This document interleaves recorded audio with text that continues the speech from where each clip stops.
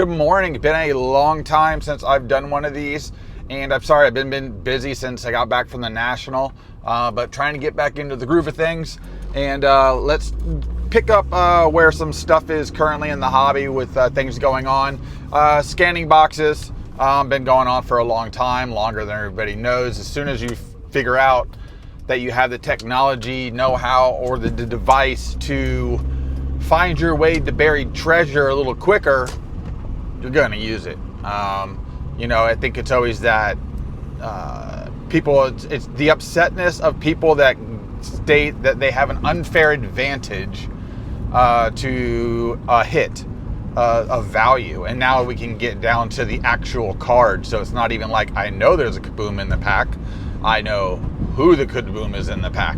I might even know what is the serial number or color, because I can probably see that too, especially since foil comes up really well in these devices. Now they're saying there's something to do wrong with older wax. I'm going to tell you right now, there's not. I've seen the way that they layer the cards, and for instance, 86 Jordan, if you can read a single name for the most part anywhere in that pack, either the top half or bottom half, because of the collation and sequence, you can find that out real quick. And then some of these packs that are old, that only had 2 or 3 cards in them, that technically you can see through the pack almost already anyway. Again, guys, we're living in a different world. You got to hope that the people that are sending this out on the very front end, are not doing this. I was worried about with the person that put this out. Were they telling us people were looking into boxes, or were they telling us that the actual companies like Panini were looking into the boxes, and that's how they were finding out where the hits are after it's been packed, and then sending those loaded boxes to influencers or places? There's 2 ways of greed on this, if you want to call it that, but it's A, I know what it is, I'm going to open it for myself, or B, I know where it is, we're going to open this box on camera because more people are going to break with us, knowing that we're hitting better product. There is that, because if we all seen it. Why wouldn't you want to break with the company that's getting all the hits all the time, getting the one of ones, the logo mans, the gold kabooms, that type of stuff? I still feel like this is the first greatest push for e-pack, NFTs, digital cards, basically. Even if they're still backed by solid, but I mean those things that you can still get chance on, where it's an NFT or an e-pack type product. This is that push if they really want to push that, because then they don't got to worry about a printer. All right, they're already making the card. All they have to do is digitize it and then give it a serial number through NFT, and then load it into a software that's going to randomly disperse packs. And then at some point they can say, hey, open this pack I just sent you. It's a special code, and that card will have, or pack will have, a special card. So you can still get loaded digital packs and boxes, guys. It can be manipulated. That's just how it's going to be. We live in a different world now. You want to open up product that's old, you better go somewhere like the Midwest, somewhere that Uncle Charlie has had a store forever, and he has some sealed wax, and I know it ain't been looked through. But like BBC and these other places, I don't see why they wouldn't get a scanner moving forward, just to verify what's in the box. Now, once you realize I can see what's in the box, let's see what's in the pack. Top pack has a Jordan rookie on it, and we can guarantee a Jordan rookie, which obviously there's usually multiple in the 86, 87, but it's just an example. Next thing, USA winning the gold medal. They damn well should. I know teams have gotten better, but I kept feeling like they weren't playing defense at the beginning of a lot of games, and then all of a sudden having to turn on the jets per se and come out and play. Steph Curry just putting more prestige to his character and play in the game, and being one of the best shooters ever. You can't deny that. LeBron's LeBron. I know everybody loves to hate him and hate to love him. It's both ways. I'm right there with everybody. But you know what? For what he's done and how long he's done it for, and to keep himself, physically up to the challenge. I can't deny that he's a great player. He's not the best player ever. It's still Michael Jordan, and there's other guys that, if I was picking players through time, I don't think LeBron might make the end of the top 10. Might make the end of the top 10, just because I'd be trying to really pick up specific guys to create a team. And I don't, the original dream team that with Jordan and Bird and Magic and Malone and Olajuwon, that team, there was no better team ever assembled at one single time. I would say it was just, that team was just unbeatable at the end of the day. It's just fantastic stuff. One of the other things we can talk about that's been going on is how well the National went. Obviously, it went great. Everybody loved it. Fanatics Fest is coming up this week, and we're going to get a really good feel on how this is going to go. Now, listen, they slapped this together. What's interesting about this is it's like the CES of cards, okay? So it's not like when you go to the National and you just got Topps and Panini and Leaf and Wild Card and all those type brands that are there. This is WWE. This is MLB. This is the NBA, the NFL. These people have booths there. This is the top of the top. So this is that hierarchy level of where the product is even being manipulated for or created for. And it's going to be very interesting. I don't know if it's going to be completely card sense driven in those type of booths. I'd be curious what kind of giveaways they have. That's going to be huge. I'm a giveaway guy. Again, VIP tickets weren't cheap to this. What are you getting? Like, are you making it so good that the VIP tickets were double, triple just for the goodie bag itself? To allure people to more of these in the future, and then figuring out what types of events that they're putting on, because the one we're going to be getting in Orlando is not going to be the same diversity as the one in New York. Like, I don't think MLB, NBA, and MLB and all that's going to be at the Orlando show. I really don't. I think that might feel more like a national than it does whatever this Fanatics Fest is going to be. NFL season's kicking off. We're going to start getting some surges on some people that we don't know about. NBA will be coming up here shortly as well. We're getting ready to get into a really hard swing of things. Things start to get pushed around a lot. Product is still behind on a lot of things. The Optic just came out, and I don't even want to buy it at all.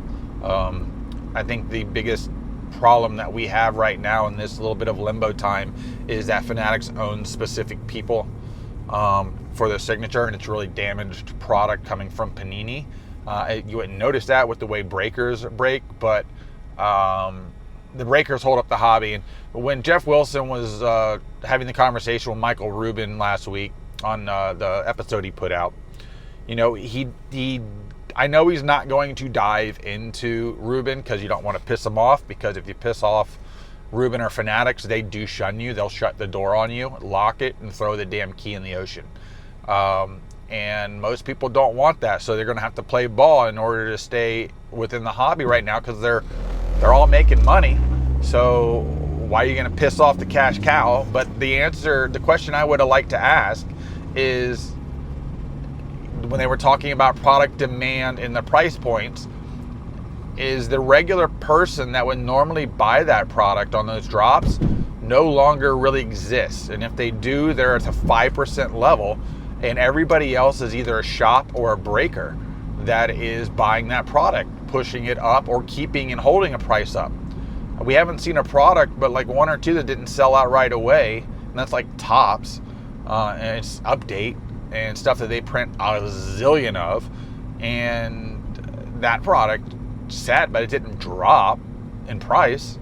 I mean, we've seen some blasters and stuff at stores coming in at a discount, but it's not very many, because even the people that still want to rip something, your blaster is your cheapest entry point outside of specific breaks that you can get into that aren't hobby cases and are single boxes, or the stuff that drives Fanatics Live and whatnot. That's the direction that they're pushing us. And I would have liked to had that question asked, or do you believe that these prices are only held up because people that have businesses rely on this product and new releases in order to feed the breaks that they are required to do. Otherwise, they lose their audience. And that's the only reason that the products are selling out. That's the only reason the products are selling for that much. In an open market that didn't exist, these boxes couldn't be that high.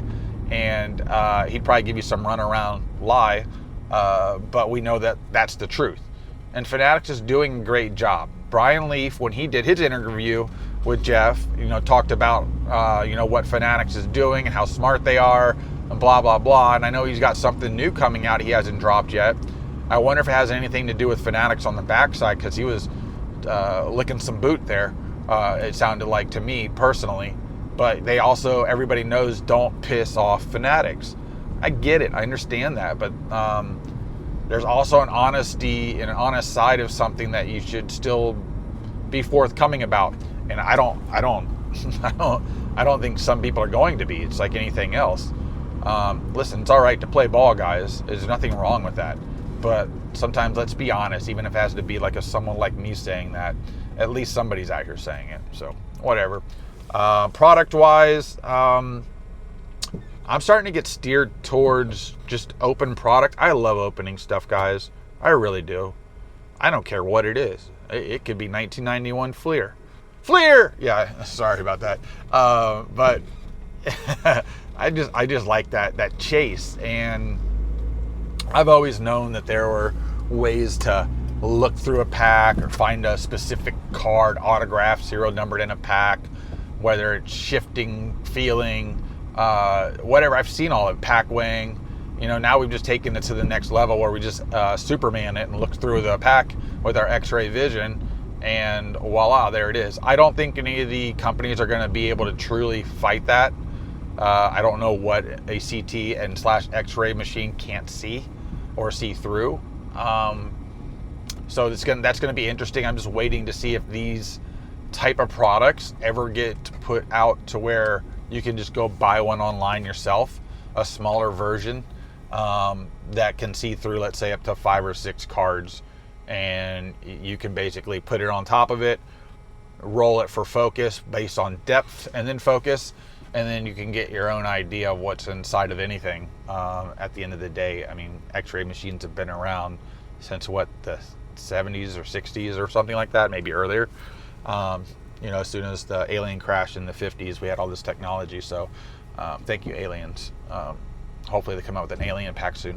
Real quick, fun one too. I can't find a UFO card. And I'm not talking about like aliens attack UFO card. I'm looking for like the first just general UFO card. I figured it would have came out in the late 50s, early 60s based on the Roswell crash and the talk about it. But if anybody knows what is the very first UFO card, and if you can let me know and find that for me, that'd be great, because I'd love to have the very first UFO card, because I think that it's going to have some relative value to it in the near future. So I think it's going to be fun. And then other than that, I'm not burnt out at all by the hobby at all. I enjoy talking about this. I enjoy chatting with people. Anytime you're in a show or something, you kind of get lost with time. That's how you know you're still enjoying something. I'm just trying to figure out a way to put myself in the hobby that it creates a creative spark. I like creating cards. I like thinking of product. I like trying to create something impactful for people to want to collect and enjoy. And I still feel like, I think Fanatics is doing a really good job with some of the stuff they're doing. A little gimmicky and hokey, which is fine. Yeah, I expect that. And I'm just waiting for something new and impactful to come out. Topps Chrome basketball doesn't look like it's going to do it for a lot of us. There's going to be probably cards in it that are cool, and it's going to be like maybe 10% of the product's cool, and the rest of it is we don't care until we get licensed. But they had to do something to get a Wemby rookie auto out, and I think they focused highly on that. The LeBron stuff out of that, we don't even know how much there really is. Like I said, I'm assuming sub 50 cards that were signed. Topps now released the triple basketball card of LeBron, Kevin Durant, and Steph Curry, and they're randomly putting in one of one triple on card auto. which I don't think will be live in the pack.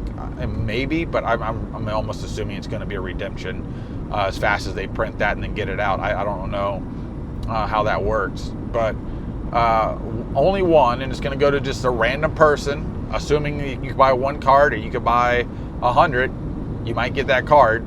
I'm going to be curious to see who gets that. I bought 2, just as basically a lottery ticket. I don't think the cards are going to have a long-term hold. I think it's going to be a card that you end up finding in like a $2 box or $1 box in 10 years from now. But that other card, you find that it's baby lottery ticket, I think, or at least a new card. But all right, guys, I'm getting to work here. Want to throw a little video out and let y'all know I'm alive still. Still have to do my 2,000 subscriber giveaway that is going to happen this week. Whether I put a video out and you just basically comment something at the bottom of it, or we go live and do the giveaway live where you have to be present. I got to see, my time right now is really tight with just extensive free time because I got some specific stuff going on, and I'm really trying to focus on that because I have to get some stuff moving and grooving. All right, guys, y'all take care.